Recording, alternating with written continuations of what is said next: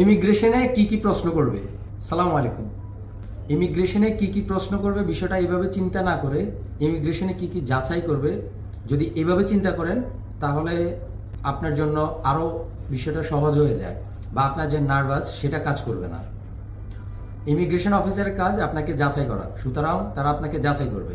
এবার কি কি জিনিস আপনাকে যাচাই করবে চলুন জেনে নিই। প্রথমেই আপনার পাসপোর্ট দেখবে, আপনার পাসপোর্ট ভ্যালিড আছে কিনা, আপনার ভিসা কপি ভ্যালিড কিনা বা আপনার ভিসা কপি বৈধ কিনা।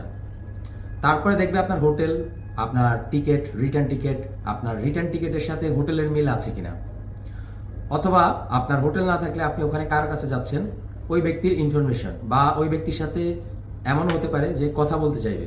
আপনার অকুপেশন দেখতে চাইবে যে আপনি কি করেন, বিজনেস বা জব, যে প্রফেশনে আছেন আইডি কার্ড, ভিজিটিং কার্ড দেখাবেন। আপনাকে কে স্পন্সর করতেছে বা আপনি নিজের ব্যাংক দিয়ে নিজে যাচ্ছেন বা নিজেই নিজের কস্ট বিয়ার করছেন কিনা সেটা দেখবে। যদি নিজের কস্ট বিয়ার করে থাকেন তাহলে ব্যাংকের প্রুফ দেখতে চাইতে পারে।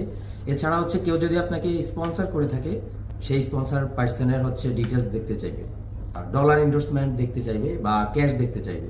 মূলত এই জিনিসগুলোই দেখতে চায়। এখানে প্রফেশন অনুযায়ী এগুলো আলাদা আলাদা হয়ে যায়। আমি তো একসাথে বলেছি, এখানে অনেক ডকুমেন্টস আপনার কাছে মনে হতে পারে। এই ডকুমেন্টসগুলো ক্লিয়ার রাখবেন আর নিজে লিগ্যাল থাকবেন, বৈধ থাকবেন, তাহলে কোনো ঝামেলা হবে না।